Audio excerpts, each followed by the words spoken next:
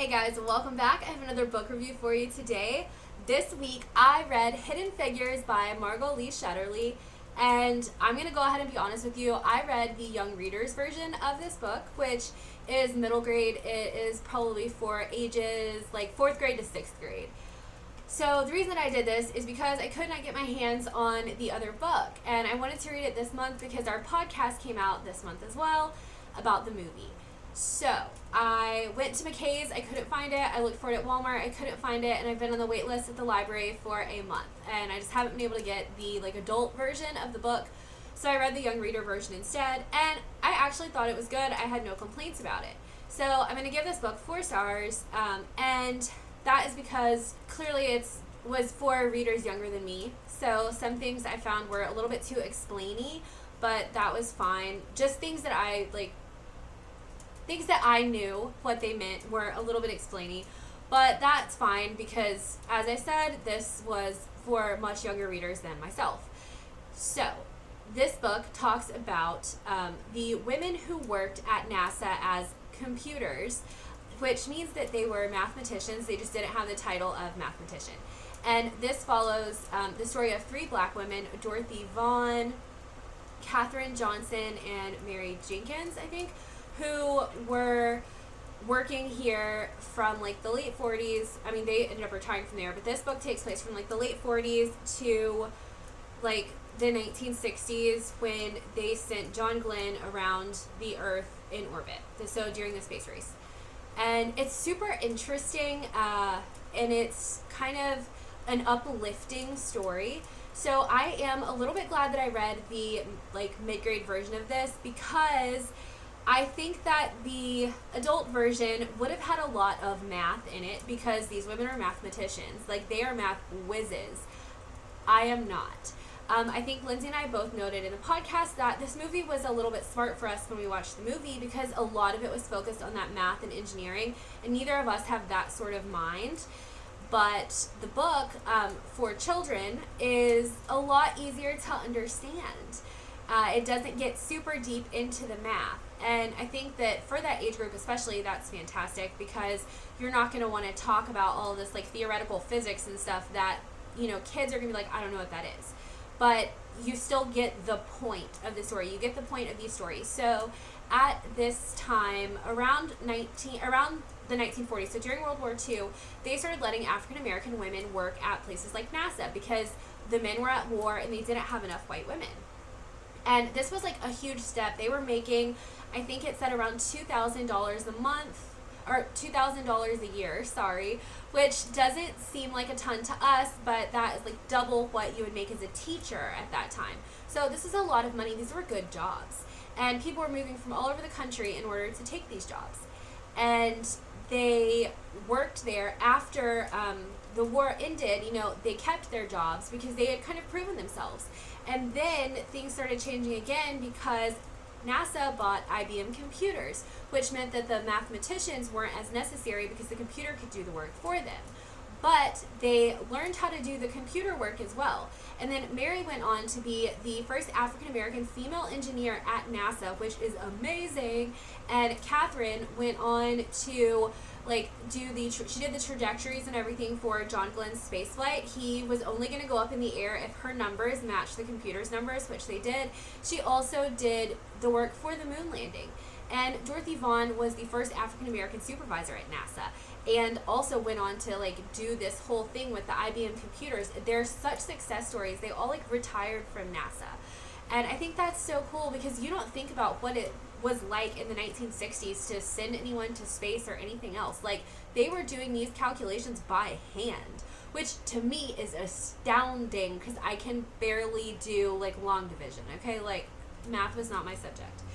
So I think that this book is one of those that's extremely uplifting, and it definitely tells you that you can do whatever you want to do. You can do whatever you set your mind to doing. And I think books like that are so important, especially for younger readers. I think that it's so important for a younger reader to read something and see that no one thought a woman could do this. No one thought an African American woman could do this. And they went on and they proved everyone wrong, and they were the first people to do it, and they killed it. They did such a good job. And I think that having things like that is so important because it lets you know that your dreams are so achievable. And I know that that sounds so corny and everything else, but that's honestly, that's what it is. It lets you know that you can do whatever it is that you want to do. There's nothing stopping you. There's no like gender barrier that needs to stop you. If you set your mind to it, if that's what you want to do, you're going to go out and do it. So I am, like I said, really glad that I read the young reader version of this because I like to see books like that for kids. I like to see books like that for like 9 to 12 year olds, 8 to 12 or something, because it just shows you that like other people have done amazing things and you're able to do it too. And I definitely think that kids should be able to read books like this and know that their dreams are completely achievable. If you want to be an engineer for NASA, go to school and do that. You can do it. And I mean, if you're good at math and science, you can do it. I never particularly wanted to be anything that has to do with math or science because they scared me. So that's why I was a history major. But like, I probably read books like this as a child, like books that, you know, were about like great women doing great things. And I think that that's so important. So I would recommend this book for adults as well. I mean, if you want like a bite-sized version of what Hidden Figures is, like grab it, read it. It's less than 200 pages of actual read time because it also has some really cool things I noticed after I read the book itself. There was a timeline of events that went from the Civil War like all the way to the end of the Cold War, really. So you get like this huge timeline that tells you when all of these events were happening and that are mentioned in the book in relation to one another and just in history. You also have like a glossary that will explain words if you don't know them, things like that, historical notes, author's notes. There's so much information packed into there. And I think that that's great. And like I said, it's all bite-sized. It's all digestible, so you're not stressing yourself out trying to understand like math or whatever. Like, you're just reading the book, and then if you want more information or if you need more information, it's there for you. And I love that. So I think if you're an adult, you can definitely read a middle grade nonfiction book. Like, you don't have to be reading, you know, a medical journal. You can read a middle grade nonfiction book and still get that information. It doesn't, just because it says it's like middle grade or it's YA or whatever, that doesn't mean that you can't read it. But also that means that if you have kids that are in like 4th to 6th grade or a little bit below or a little bit above, depending on like reading levels and comprehension and all of that, you know your children much better than I do. So you could gauge if this is a book that would interest them. And I think that's really cool. I think it's cool that I could read it and then like my friend's 10-year-old could read it and we would both understand. So I think that I like am perfectly content. I think that it was great that I decided to read it at all because I was getting a little bit discouraged. I didn't think I was going to be able to find the book. So I'm happy that I was able to find it. I was able to read it. I was able to understand it. I was able to enjoy it. I really liked it. I thought it was good. So that's just something to think about as well. If you can't find a book on a topic that you're looking for in your like reading level, clearly like I would normally be like an adult reader, but you can read anything. It doesn't matter. Like, those are just, you know, those are just words. You can read a young adult book, you can read a middle grade book, and you can still get that same kind of information out of it, which is something that you should probably think about because I might start reading a little bit more middle grade nonfiction or a little bit of young adult nonfiction because it's really digestible. But this book was so easy to read. I was just like, like I had no problems. I got it from Overdrive on Tennessee Reads. It was great. I do know that you can buy Hidden Figures in stores. I just didn't come across it where I live. The book selection at our Walmart is woefully slim.